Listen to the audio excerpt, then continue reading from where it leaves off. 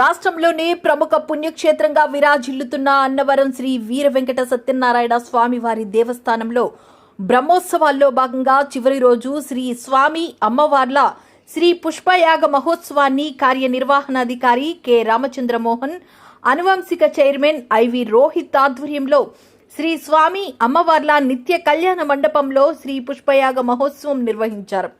దేవస్థానం అధికారులు నిత్య కళ్యాణ మండపాన్ని సర్వాంగ సుందరంగా సుగంధ పరిమళాలు వెదజల్లే పువ్వులతో మండపం అంతా అలంకరించి వేద పండితులు, అర్చకులు, వ్రత పురోహితులు మంగళ వాయిద్యాల నడుమ స్వామి అమ్మవార్ల శ్రీ పుష్పయాగ మహోత్సవాన్ని స్మార్త ఆగమన సిద్ధాంతాలను అనుసరించి శ్రీ స్వామి అమ్మవార్ల కళ్యాణం పొందు క్రతువులను నిర్వహించారు.